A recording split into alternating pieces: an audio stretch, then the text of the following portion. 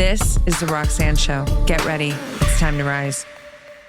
I'm so excited to just be back in this zone of conversation with you. You and I have known each other for years now, and you were one of the first guests on my show, which was so special. Yeah, I mean, such a different production. I mean, I've just changed the name of my podcast to the Roxanne Show, and to have you back on now and your evolution since then, just in your life and your career, has been really inspiring to witness. You are truly one of my favorite experts in health to listen to, because you're always so on the pulse of things that, to me, is this very, very comprehensive, holistic view of health. And I just don't think that it's really possible to optimize vitality without that perspective. And so I'm excited because you wrote a book that, no, I'm not fucking around. Like, this is not to be super nice. Molly, I mean it with all my heart. Your book is one of the greatest books I've read on health from that perspective where... Oh my God, that means so much coming from you. Well, it's so real because okay, so optimizing metabolism, mastering stress response, managing movement, creating connection. And this book is obviously, it's geared towards women's health, which I'm so excited to dive into that with you, because there's a real issue around the lack of real knowledge specific for women and our health. So You did such an amazing job. And I love how, whether it's you speaking or in the book, you take the complexities of all things health and you distill it down in a very easy to understand. The book is very conversational. I feel like I'm listening to you just speak. And that's where the most retention can be, made. And then when you have retention, then you can actually, put application into place. Yeah. So yeah, you did an excellent job. So I'm fucking excited to get down on all things Spark Factor with you. Thank you. It means so much, honestly, coming from you. Like, I have massive respect for you. I remember when I first met you, I was like, this woman is so strong, so powerful, so fit and healthy and feminine, and like, you're badass. Ditto, mama. Thank you so much. I appreciate. I know we need more real life time, so we gotta figure that out. Truly, there's so many places to start, but I think maybe the best place is, what is the Spark Factor? I mean, we kind of titled the book The Spark Factor because a lot of people just don't realize that the real seat of your health is your energy, and the spark of life that animates you is found in the mitochondria. And if you really learn to harness your metabolic health and you learn and understand what mitochondria do, you realize they're basically this, like, it's basically a metaphor for life. And, energy and connection are like the two biggest pillars of health that you can really, I think people should focus on. Yeah. And metabolic health in particular is the main focus of the book, but I do end the book talking about the importance of human connection, because that's where I'm taking my career after spending 10 years in metabolism and food. But I really just feel like I've been always trying to search for the meaning of life, and like, why are we here? What is this meaning of existence? What is health? Yes. And I learned that health was this ability to adapt and self-manage in the face of adversity. And it wasn't this idea of like no disease, complete absence of disease or infirmary. That was the WHO's definition for a long time. To me, that doesn't really feel complete, because it gives this idealistic concept of health as though like, you're just like perfectly well. Like, most people are not perfectly well 24/7, 7 days a week. Right. Most people are dealing with problems, and it's how you handle those problems that determines how healthy you are. So like, do you bounce back after sickness? Do you have the capacity to maintain the integrity of your body despite getting hit with challenges? Do you break down in the face of massive challenges? And like, one of my favorite things to do in life is to challenge myself, right? Like, I love seeing what I'm capable of doing. And in the process of publishing this book, I realized that it was actually like, it's very ironic. It's incredibly unhealthy to be publishing a book, because like, there's so much work that's involved. It's like building another company. Yeah. And I already have two. So I was like, wow, this is literally like a whole nother company I'm building on the top of like another startup. So like, I don't know how these serial, I don't know how like people like Elon and friends of mine, like Ben Lamb, run like 5 companies at a time, because it just does not compute in my head. Yeah. But I definitely hit a certain experience. Like there was a moment last year where I was like, okay, this is my capacity. Yeah. And I can't, if I keep exceeding this capacity, I'm going to keep breaking down. Mm-hmm. And I think a lot of us, like we, specifically ambitious people, we want to see what we're capable of. We want to challenge ourselves. Yeah. And you have to understand that there's always going to be some effects on performance. If you are like, you can try to perform all you want, but like, if you really, really push yourself hard and your demands exceed your capacity, you're going to see some health problems emerge, Yes. you know? Yes. And in my case, I didn't have any major health issues last year, aside from just like getting COVID once and having to fix my body after that. Mm-hmm. But you know, my immune system was weakened by the stress I was under. And I'm trying to teach people how to think about health through mitochondrial health. So if you think about mitochondria like batteries and capacitors and power plants, it's like, do you have enough energy creation organelles in your body that are functioning optimally, that are able to like, it's just like you're in a video game and you've got those green bars in the corner, right? Like that's your energy level. And if you are literally living your life where you're starting to see those energy levels go down, you know that the video game character is not going to survive that next level. Yep. You know?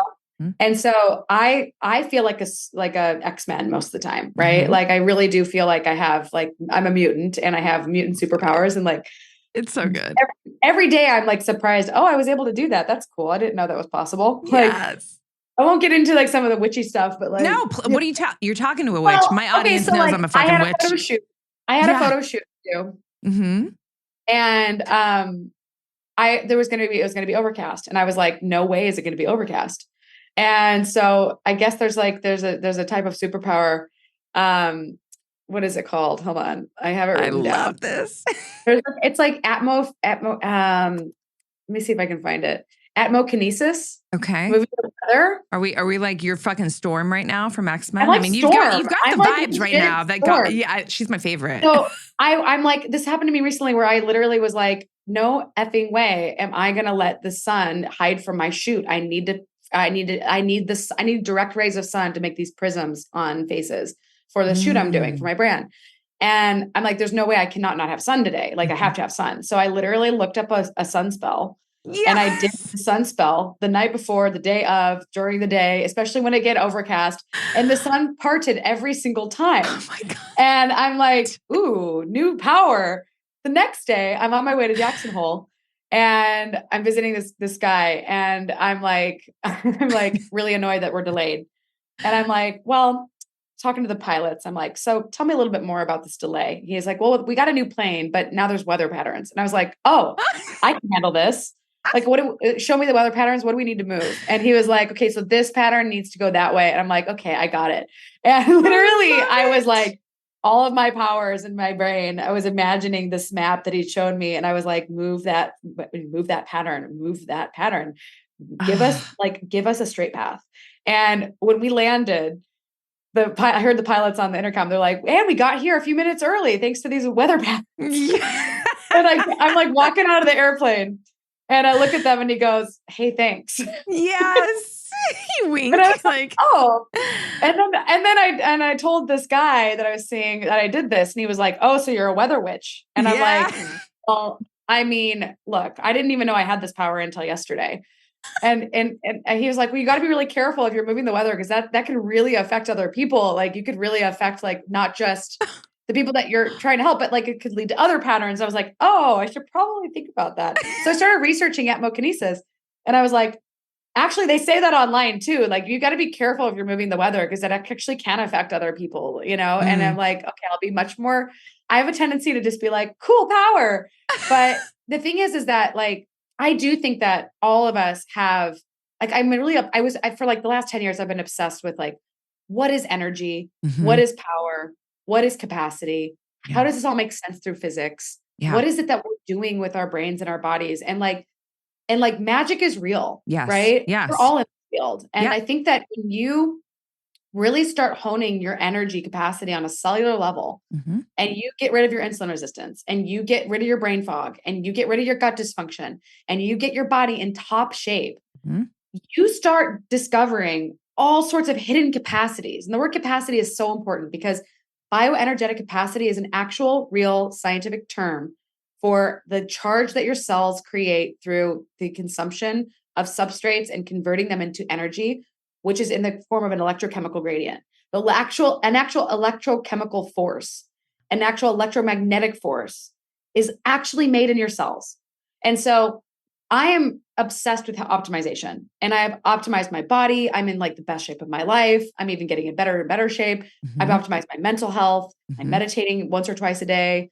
I'm like really interested in optimizing my spiritual health because I think that like this is sort of like the next frontier of like, okay, if you've got your body figured out, if you've got your trauma sorted, you've healed from all that nonsense, and your body and your mind are fit, the next iteration is like, what can I do spiritually? Like, what is and like my main goal right now is like understanding consciousness and understanding what can I do with all these innate and hidden capacities that I'm discovering. And like, and like, there's been a few moments in the last few years where I'm like, am I using my powers for good or am I using my powers for bad? Like, you're always going to be faced with a choice in life. Are you going to be on the side of good or are you going to be on the side of evil? And like, you're going to be tested multiple times. Like, are you going to choose good? And I literally pivoted my entire company in a completely different direction. That's amazing. Because I thought that the thing I was working on was a little bit too much potential for manipulation and evil. I was developing a love drug. Okay. And it's literally like an actual, it can make you feel like you're madly in love with someone. Sure. Like, brain actually, chemical. Yeah. Okay. like full on love potion. Okay. So I was like, wow. getting these intense, I was in Antarctica and I was like having a bit of an existential crisis. Just in Antarctica. Yeah. Well, when you see the ice caps melt firsthand, It's you're incredible. a little bit of a crisis. Yeah. And like, and then like, I just like had this realization when I was there. I was like, you cannot. And by the way, I just raised money on this idea. Like this was I had an entire drug development plan. Wow. And I was, if I go down this path in my life, there is a really good chance that this is going to mess up humanity. And this is going to get into the wrong hands because I'm going to have to raise $1 billion over 20 years. And by the time you raise $1 billion, you do not have control over that entity anymore. I have multiple friends that have raised multiple billions for their companies, and they do not have control over those companies. Your investors have control. So knowing that you're like sitting on this cool idea, but knowing that this can also cause damage to people, it was like, okay, what can I do instead to actually harness this? Like, what is my next, what am I going to do? Yeah. And so I decided to pivot the company in the direction, same mission, which was to literally create love in the world, right? Literally I wanted to basically build a vision around the idea that love is a measurable science, measurable and modifiable. It's not just a spiritual pursuit, even though personally, my main intention spiritually is to cultivate unconditional love, like as much as I can everywhere I go. Yeah. Like that's my spiritual practice is like unconditional love. I don't think you need to complicate spirituality. It's like every religion has this as a central core value. So just work on that when you meditate, work on that in your relationships. But in my company, we're developing a novel protocol around intimacy. And it's an alternative name for this would be a sex therapy. Okay. But sex therapy is like not a super sexy term, believe it or not. So we're like working out the terminology, but basically Masters and Johnson and Kinsey were these like luminaries in sexual medicine from like the 60s and 70s. And like they pioneered research around sexuality. And I was like, well, I want to pioneer research around love and intimacy. And I want to figure out, can we develop products and services around the science of love? So I started studying the science of love. And it's amazing. Meeting these amazing women and men that were scientists and experts in sexuality, the sex drive, the romantic love drive, the drive to attach. I met people in every single one of these domains. And I was like, I could spend the rest of my life building on this concept, which is we need to understand love.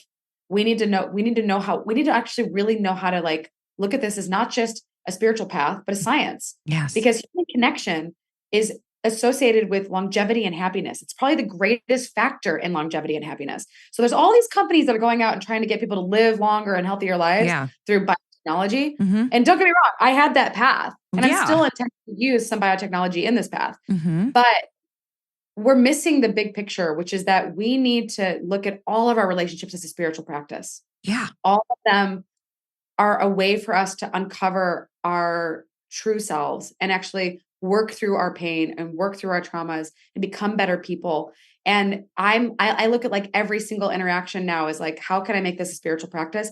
And how can I actually translate this concept of a spiritual value into a scientific field? Because like, if this is the greatest factor in longevity and happiness, then why? How can we explain this? And Sue Carter is this incredible researcher, and she's just an incredible luminary. She's like she's like on the board of Kinsey. Okay. And she's like my fairy godmother. And she taught me that like it's really about this hormone oxytocin. And it's about this ability to bond and connect that actually produces safety signaling in the brain. And there's also this hormone of vasopressin. It's the ability to protect and defend those that we love.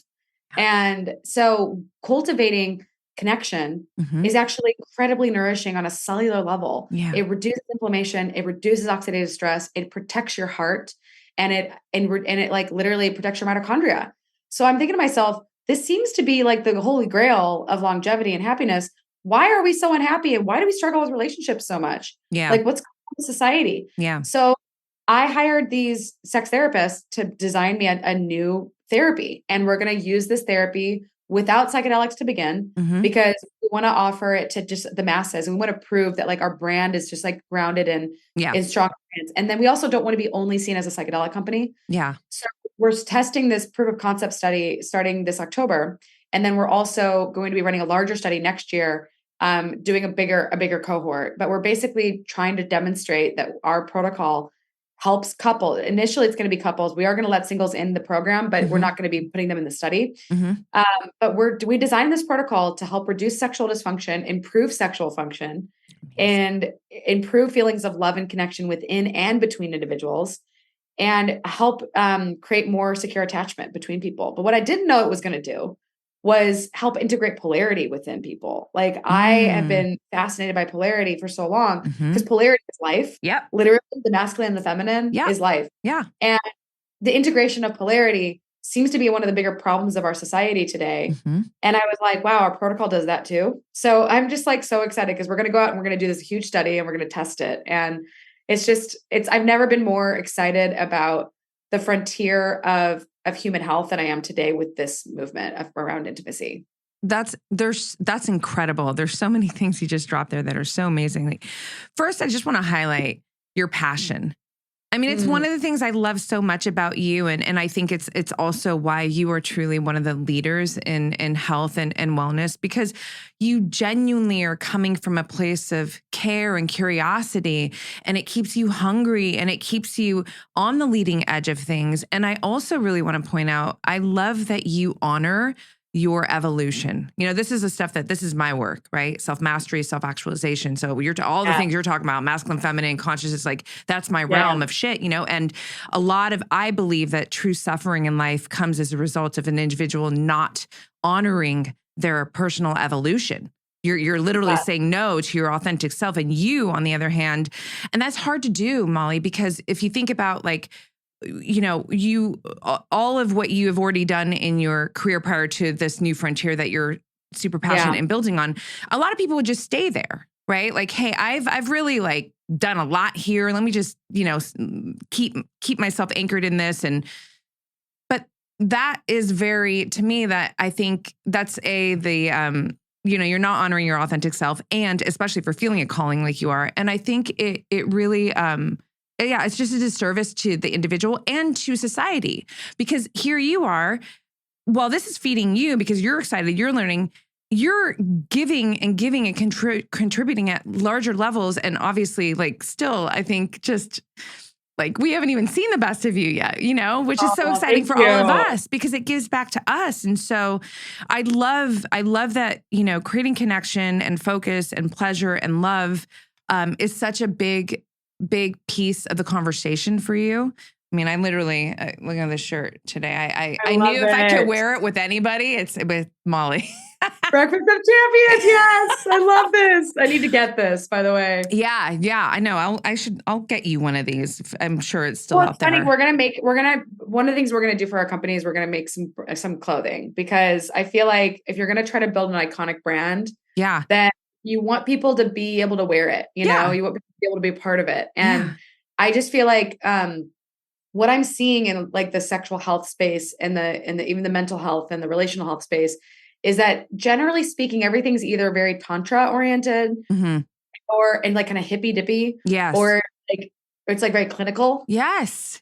And then, or there's like this campy neon playful thing, which is fine. But I'm trying to say, okay, if there's like campy, if there's like super hippy dippy and then there's like the super serious, like where's our brand going to be, you know, like, and we're trying to bring like a level of like, I want to, it shouldn't be a luxury, but like the idea of like, it's a bit of a sophistication, not snob, but it's a sophistication to intimacy, love, connection. And it's also like, there's a sacredness to it, right?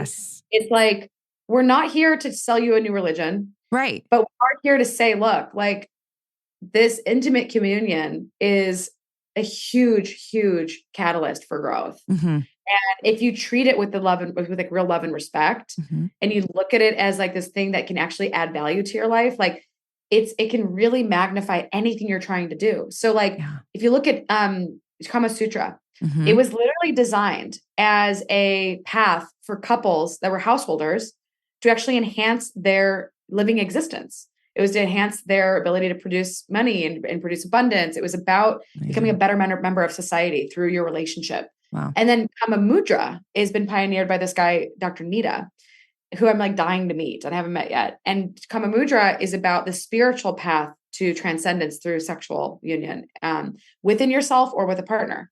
And right now, when we think of sex, it's like very much there's, I mean, don't get me wrong, there is 100% value in the kink community. Like, I think that kink is a healing modality. And there's a lot of like sexuality found in the OnlyFans world and in the world of like, there's a lot of like overt sexuality media. You know, the Kardashians, for example, have made billions on sexuality. Skims is all about selling sexuality.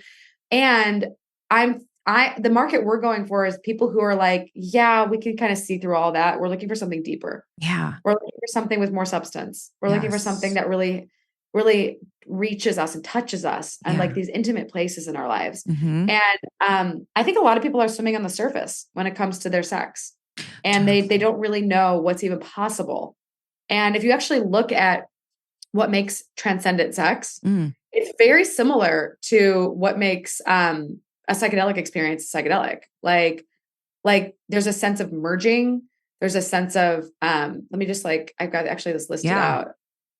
There's a sense of, so there's a great book called Transcendent Sex. And it's like all about how like really great sex is being present, focused, embodied, having connection, alignment, merging, being in sync, extraordinary communication, heightened empathy, deep sexual and erotic intimacy, authenticity, being genuine, uninhibited, and transparent, transcendence, bliss, peace, transformation, and healing, exploration, interpersonal risk-taking and fun, vulnerability and surrender, lust, desire, chemistry, and attraction, intense physical sensation and orgasm.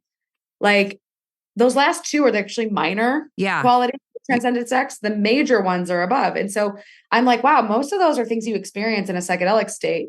And so knowing that, like, if we're teaching people how to get to these places of like higher states of consciousness, we have like an opportunity. We actually have to like warn people and informed consent. Like, you may fall madly in love with your partner. Like, you shouldn't do this program if you're like super new in a relationship and you don't want to get bonded to someone. That's amazing. You may experience altered states of consciousness. You may have a spiritual awakening. You may like, I can't guarantee these things are not going to happen. And so it's like, at the same time, I think that it's important that we push the frontiers of what's possible for humanity, because there's so many people struggling with all these problems around their sexuality and they don't know where to turn to. And they don't know, it's like going to like, there's a lot of opportunity to like get mainstream sex therapy and sexual medicine. But also just a lot of people who are not fully sexually dysfunctional. And they're what I would call high functioning sexually dysfunctional, which means they don't have great sex. They're not really satisfied with their sex lives, but they're not in distress about it. They're just not like, this isn't awesome. This isn't amazing. I want amazing. And so that's kind of like the market that we're going for, like 30s to 50s, people who are in committed relationships. We're going to develop a singles protocol as well next year. But right now we're focused on developing a really strong couples protocol and then eventually a singles journey next year. But we really want to show that like our protocol does what it says. And then eventually when we have a chance, we'll probably combine it with like what's legal right now, which is sublingual ketamine, and do a journey. Like there'll be a version of the protocol where people can engage in sublingual ketamine journeys with their partner. It's a real pioneering company. Like I don't know anyone else doing this right now. I mean, I've certainly not heard of anything like this. I think it's so exciting. So many thoughts come to my mind. A couple of things to start with. When I think of, so to be in a heightened state of sexual pleasure, I'm just going to connect some dots. Would you say then that the healthier an individual is, you probably are going to be in a better position to? So then let's thread that a little bit, because you know you're saying this, and my mind is listening to you, and then I'm literally thinking about women. I'm 45, right? So I'm in the perimenopausal years, and I can tell you and I'm very healthy.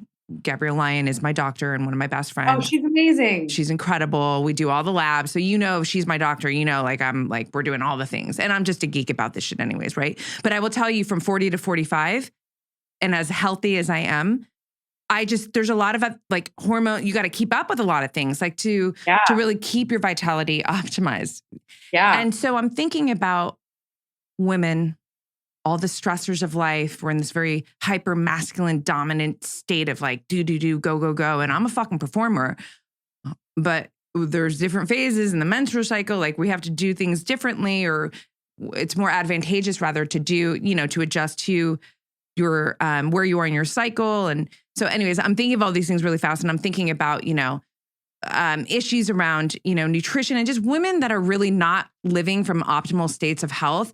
They're not going to feel their best in their body to then be able to receive and to integrate into this high state of sexual pleasure and health, right? Do you see, like, I was just connecting all that, and then I'm gonna let you run with it. But just like, if we move back into like concepts around the spark factor, which by the way, I fucking love the name of the book because I think it's perfect. Thanks. I always talk about this. Let me throw this at you. And then, there's like, people are always talking about like, oh, I need more time, like, and how to optimize my time. I'm like, well, why don't you actually focus on, instead of trying to optimize your time, how do you focus on optimizing your energy? Because if you switch to that and you're now focused, when you wake up in the morning, the clock is running, but so is your energy. And when you run out of energy, it doesn't fucking matter how much time you have. You're done. But if you focus on shifting your perspective towards how do I keep my energy optimized, and there's endless ways to do that, you're actually going to become a better master with your time as well, as like a side effect, right?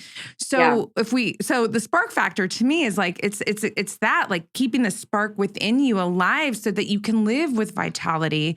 And then so that, like, so I'm just kind of bridging all the things, and then that takes me to sexual health and where you just so if you want to dive into, I mean, look, 9 out of 10 Americans are metabolically unwell. Yeah. And so sad. So the reality is that a lot of people are just not having good sex because they don't have good energy. Right. And that is real. Yeah. And I probably will have to bake in a health optimization program into this at some point, because you cannot optimize sexual health and intimacy without having good metabolic health. Like, you do have, like, that affects everything, right? Because that's the energy flow. Yes. And the connection that we're building upon. Mm-hmm. So I really probably should create like a book summary of like, here's what I would recommend you do if you want to optimize your metabolism. Yes. I'm sure I can get AI to probably summarize this for me. Yeah, you can at this point for sure. Yeah. No, I think it's vital. But it is real. I mean, it's really a real issue for a lot of people. And at the same time, I don't think we're going to be able to service the whole world with this company initially. But the goal is that the structure of the company that we're designing around is wanting to train people to teach the protocol and guide others through this journey. And so there's this whole online program we're building, but we're designing it so that anybody can learn it and then go and teach it to their communities. Like, it's much more sustainable than just training, than just training trainers and Mm-hmm. only making that as a business. Mm-hmm. Like ideally we want people to go through this entire journey with us and then have integration groups to go through what they're learning. I've been journaling my entire life, and it's helped me to develop the most empowered, loving, and trusted relationship with myself. Journaling is a powerful tool that helps you to gain more self-love and self-confidence. It can help you get unstuck when you need clarity the most, and it helps you to powerfully move through any and all of your life challenges. It's a pathway to manifesting your biggest desires in life while creating an unbreakable relationship with your authentic self. I created You Are the Path, a guided and illustrated journal to help you gain all of this in your own life. In this 7x10 mystical journal, you get a personal introduction and final thoughts message from me, 7 guided and illustrated sections with lined pages and 5 thought-provoking journal prompts, 7 empowering quotes from me. You get 1 freestyle creative section full of blank pages for drawing and sketching, and you get the beautiful artwork designed by talented artist Emerald Patchett. There are 120 pages of pure possibilities waiting for you in this journal. You Are the Path was born to help you create, discover, and illuminate the path that is you.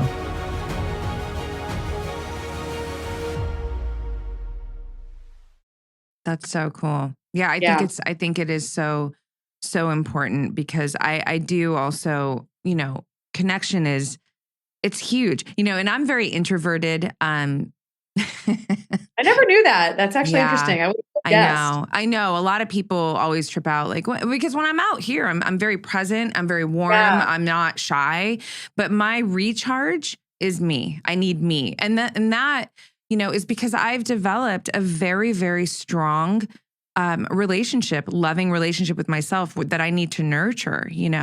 And so, but I do believe that the coming out here and having strong community is such a big factor to, I just know that when I'm home visiting my family and I'm an auntie and I'm like with the loved ones and I just fucking squeezing the little kids and like having that time with them, it gives me so much, so one question that came up to my mind when you were talking about oxytocin, do you know, are we able to produce oxytocin just with ourselves, or is it a requirement that we need to interact with another to get that hormone release?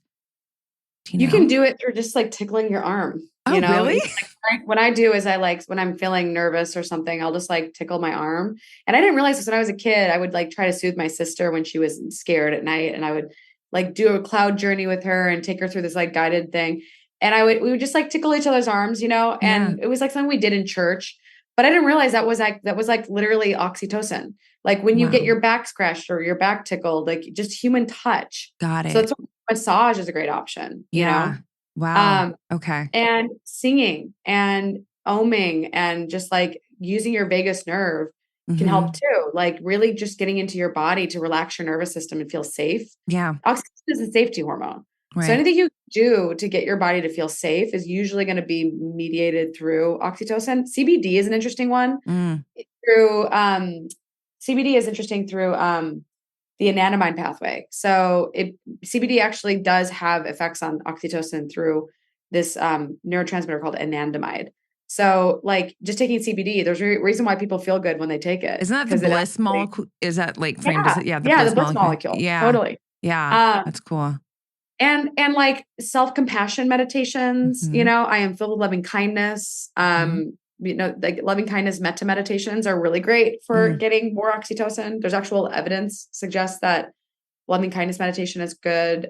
Yoga, it's a great form of just like getting your body to feel safe and calm.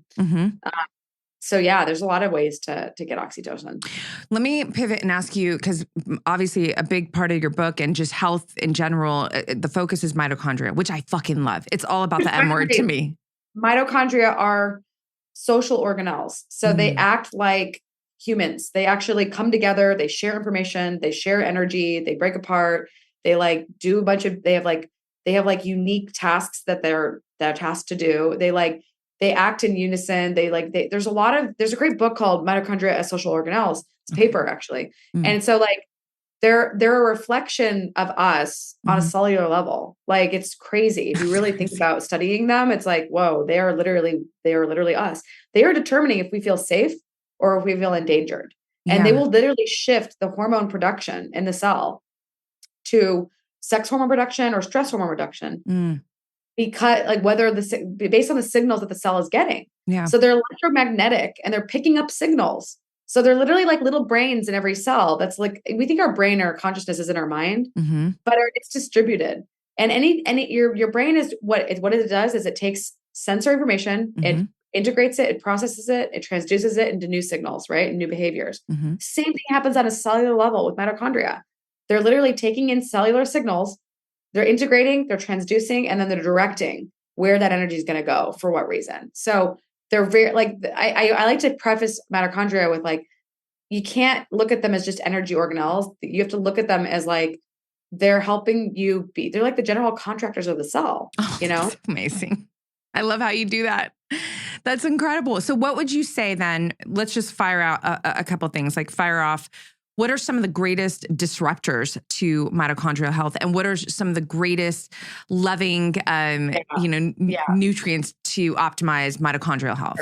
Yeah. So some of the biggest disruptors are air, water, and food, right? So like the chemicals in our environment, in our water, in our air, and in our food, are really damaging mitochondrial function. So there's a lot of endocrine disruptors. Yes. There's a lot of heavy metals. There's a lot of pesticides. And these things are not great for mitochondrial health, as well as pharmaceuticals. So antibiotics will tank your mitochondria and make you really fatigued and tired. So it's really important for people to pay attention to the inputs of their environment. And like, I'm very fortunate. I have purified water, purified air. I've got really healthy food, great meat supplies, but most people are eating, conventional produce, if any, if they're getting produce. Yeah. And tap water or bottled water with macroplastics. The fucking fragrance shit in the air. Oh my God, those trade things and plugins and Febreze and like all those detergent added to detergents and all those house cleaning materials, all the makeup, all the hair products. I was using all these hair products and I was like, my back was breaking out. And I was like, what is wrong with my back? And it was like, oh, it's literally all the hair products you're putting on your body. Like get rid of the toxic hair products and your skin will get clear. And it's totally cleared up. So it's like, it's really funny that a lot of people are like trying to buy more makeup. They're trying to buy new clothes and they're not really looking at where beauty comes from, which is inside. And really attractive people have light coming out of their skin. They are beaming, right? Because they have energy. That is the most, that is the most, that's one of the best things you can do to show that you're healthy. Right. Right. Yeah. Well, it's almost like you emit your essence. It comes off of you. And this is not a judgment, it's an observation, but we know that when we see an individual who doesn't have that light within coming, there's more dullness, there's more gray, there's like sallow skin. So it's very real. Yeah. And then what would you say are some of the things that our mitochondrial love, like, I don't know, red light.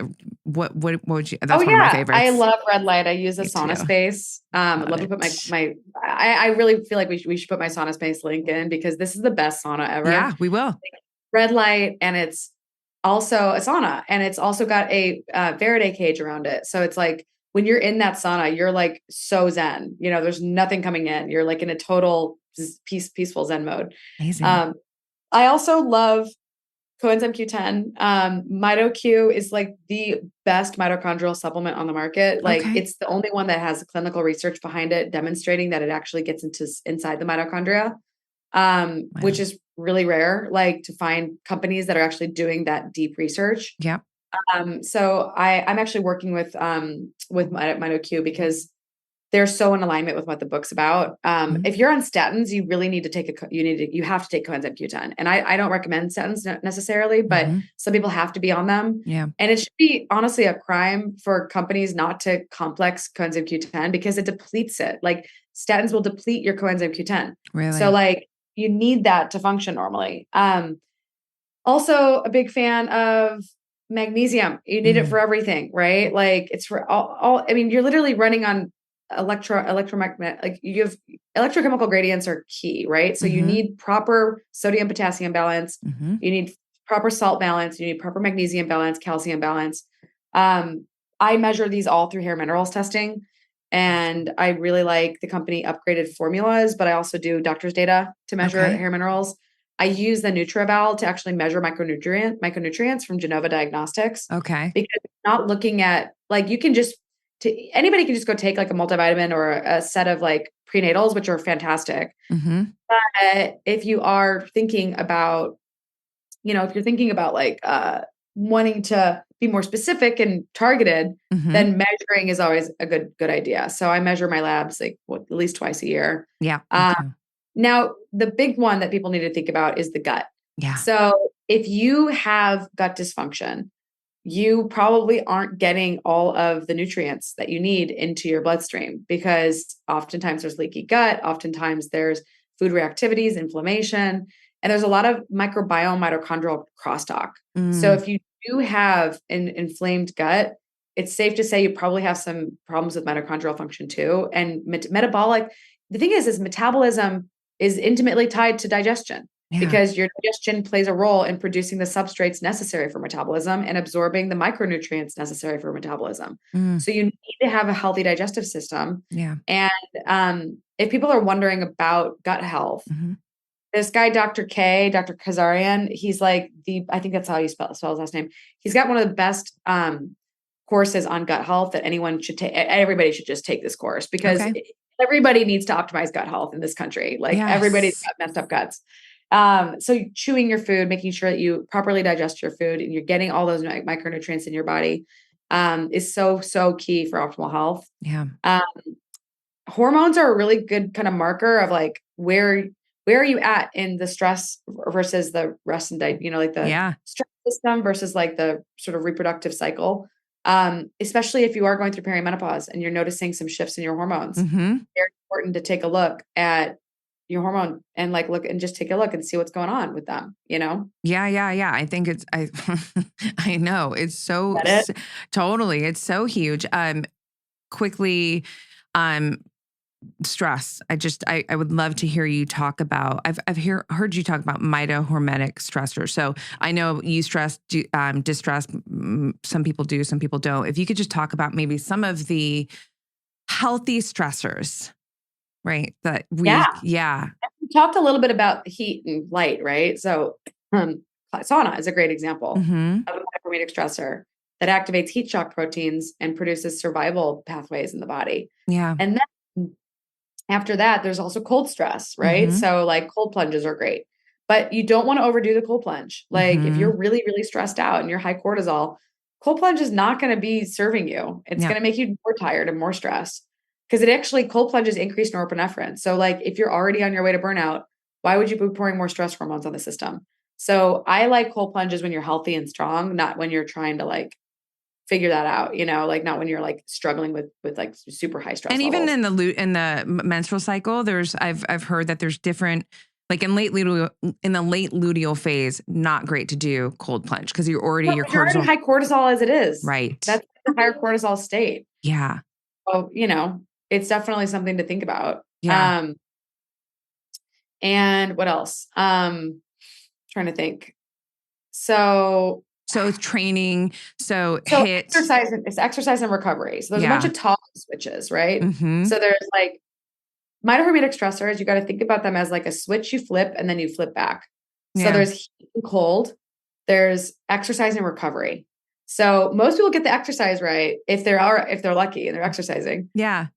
They're sedentary and they don't do the exercise and they're just stuck in recovery. So like the problem I see mostly is people who exercise a lot but don't recover, or people who don't exercise at all and they're always sedentary. So like you have to get movement in your life if you want to be healthy. Yeah. But also need to recognize that in order to like get the benefits of exercise, you actually have to get a certain level of intensity Mm-hmm. to get the signal to the cell to actually adapt to those demands. Yeah. So I'm a big fan of weight training, and I don't do a lot of cardio, but I definitely do a fair amount of walking. Yeah. But I really feel like, for me, weight training is like the secret to health, and it's that I work with a trainer who uses the Newbie device, and it sends all this DC current and energy into my, Of course. and it's like the It's most amazing amazing. workout, because I feel like I get like 3 workouts in one workout.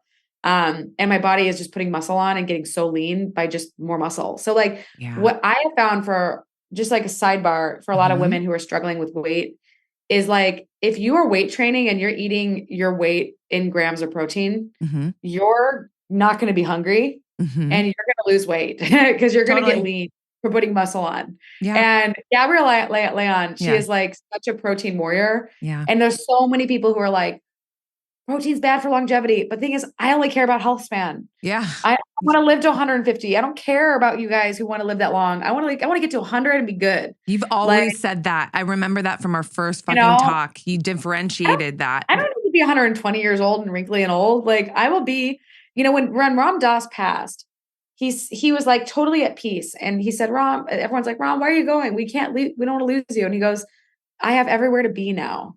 And he's so, I feel Ram Dass. I feel like Ram Dass is still with us, and I feel like by the time I die, I will have committed at least 30 years of my life to spirituality completely. And I will be so ready to go by the time I'm at like 100 that it won't matter by then. And so to me, my goal is I want to look awesome and feel awesome. And I look at Alan Aragon and his wife, and they are so fit, and they're in their 50s, I think.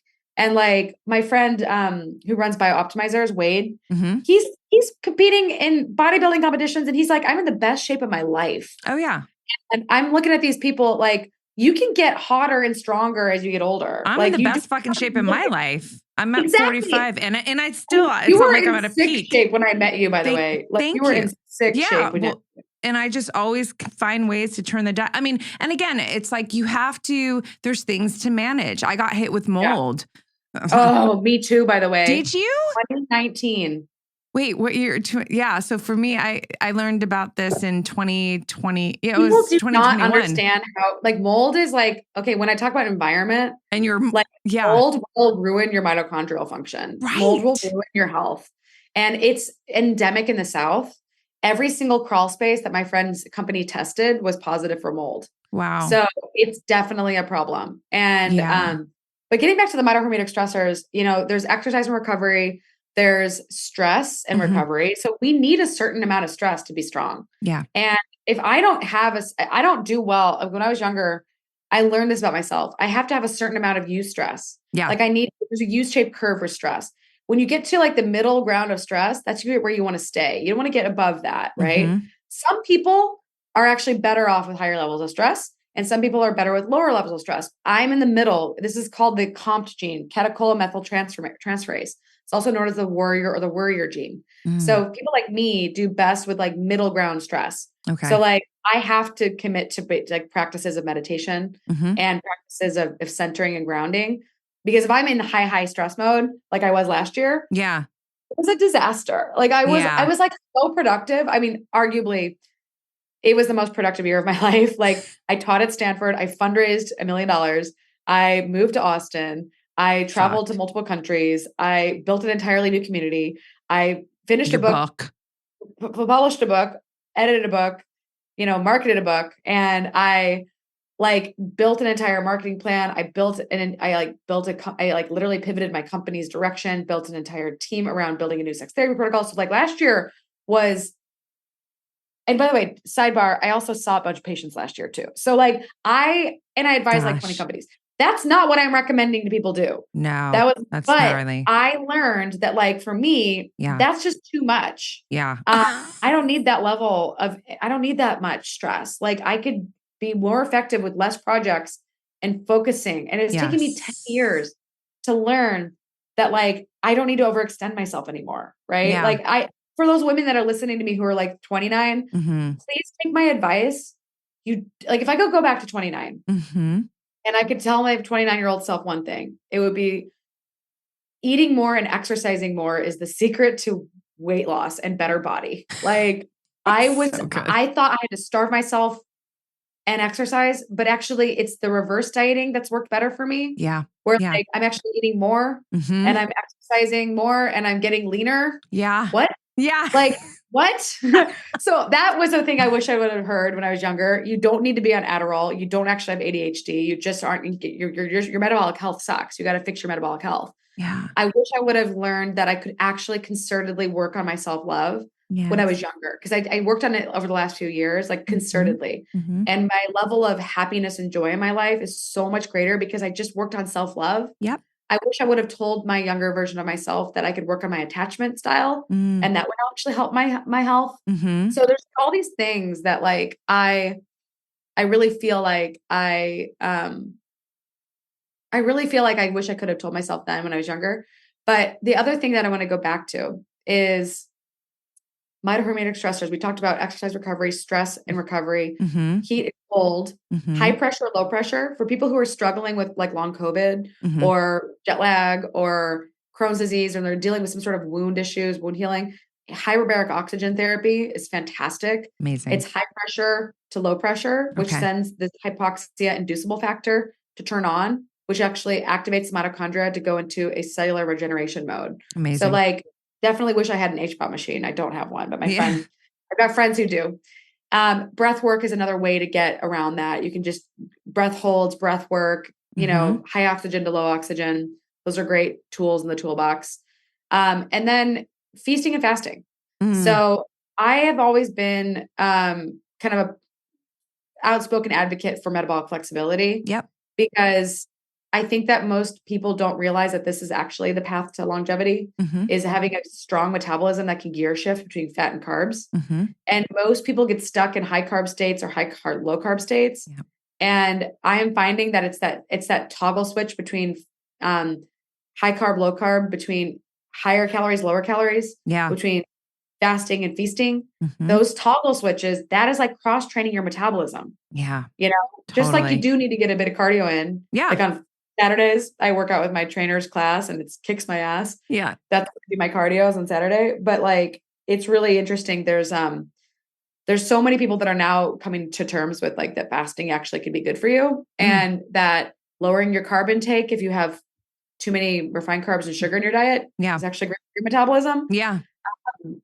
But I'm definitely more in the sort of camp of like, there's going to be weeks where I'm going to eat more carbs. There's going to be weeks where I eat less carbs. Yep. And I'm less stuck in like full on low carb mode all the time. Yep.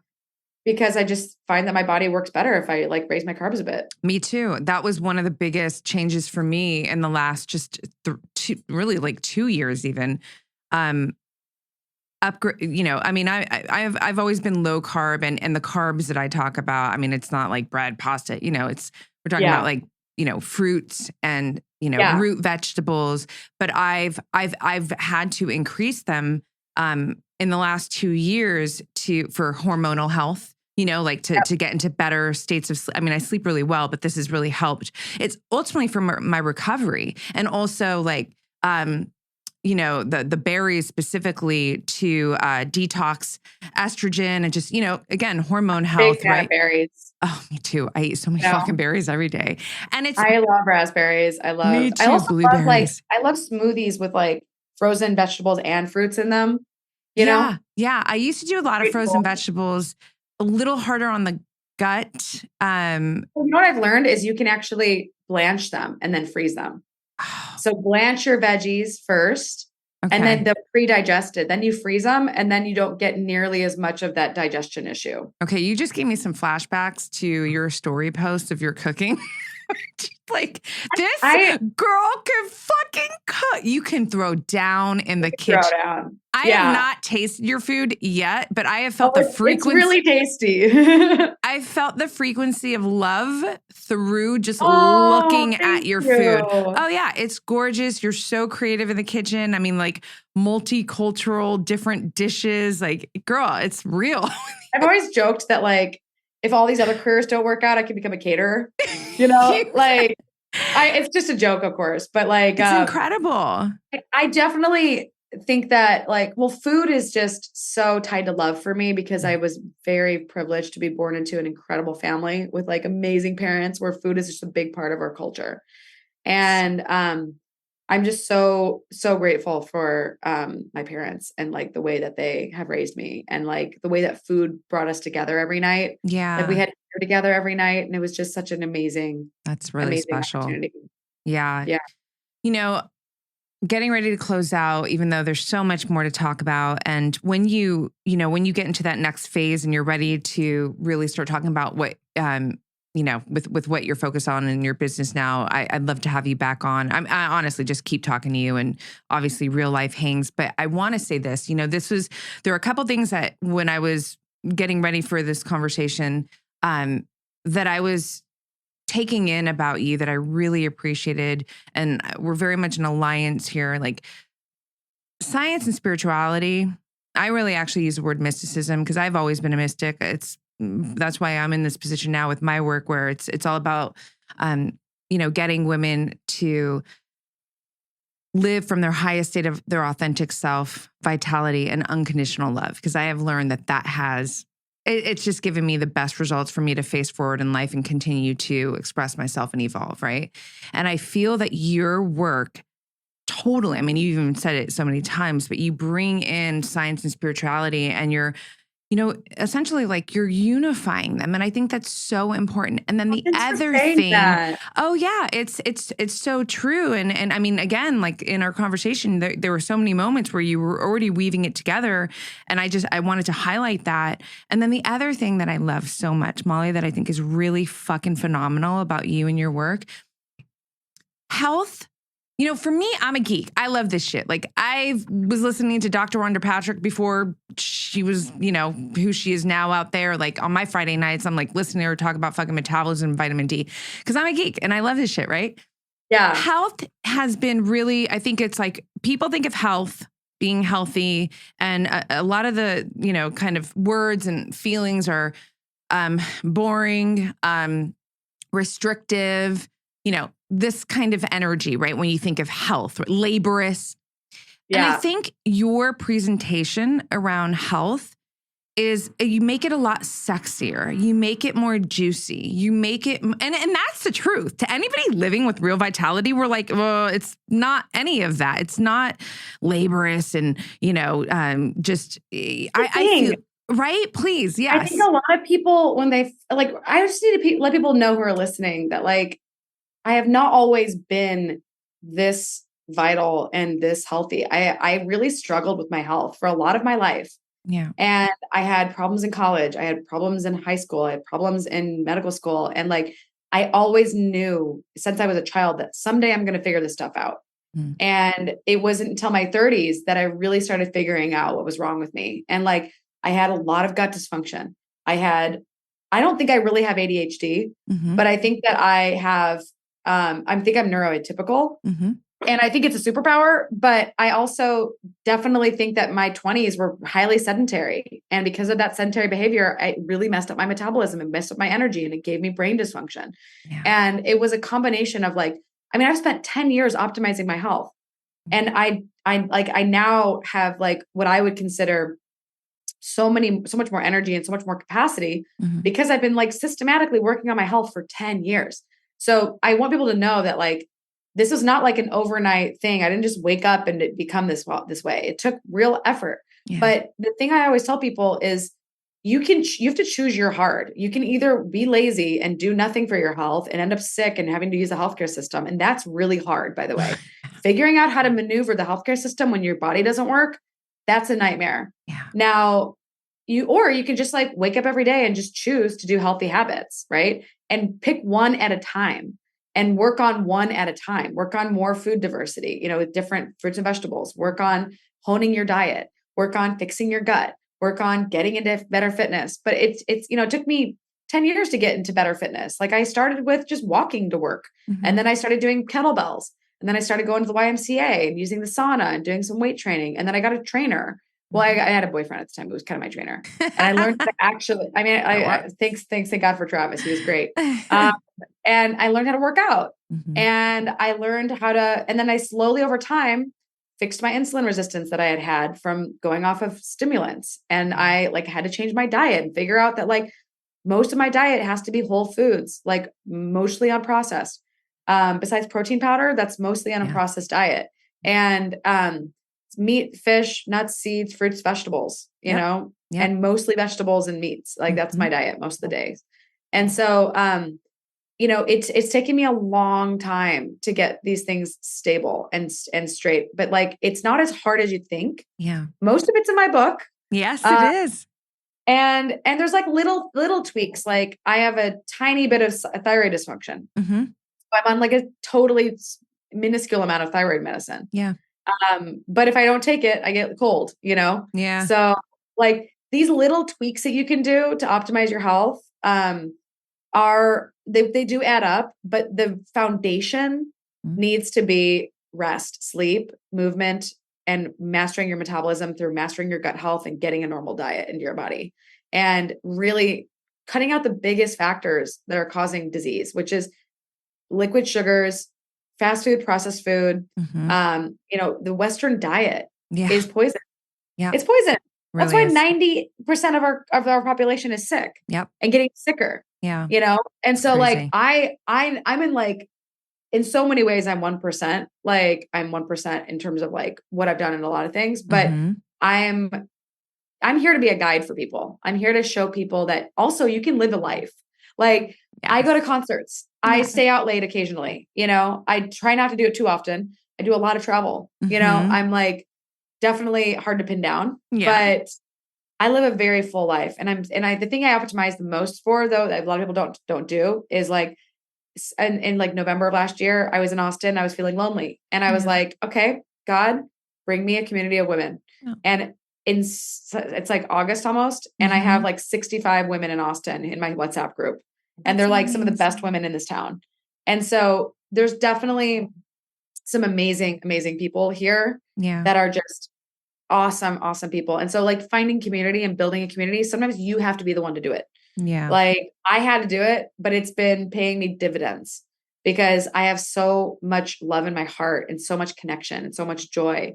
I just feel so lucky. I mean, I feel it off of you, you know, I really do, truly. So I think you are, you know, you're really walking your talk and it's felt. And I'm so appreciative for, I just love our connection and just happy to be reconnecting and want to nourish this connection more. And just very, very grateful for all the work that you have been doing and that you continue to do, because it really is, you're a real contributor, Molly. And I'm championing you, you know, all the way through. Yeah. With all my heart, girl. So everybody needs to go buy the Spark Factor. You can get it anywhere, Amazon. Where do they follow you? I'll make sure that, you know, you mentioned the sauna. We'll put that link in the show notes, but yeah, just throw out your stuff and we'll log it all in the show notes for everybody. Great. Yeah. Instagram is great at dr.molly.co. Cool. And then, so Instagram and then, drmolly.co is my website. And I've also got a Substack. Okay. So I'll give all those links. Okay, perfect. All right. To be continued. Thanks so much for listening, you guys. Please like, subscribe, and share. And don't forget to leave us a 5-star rating and review.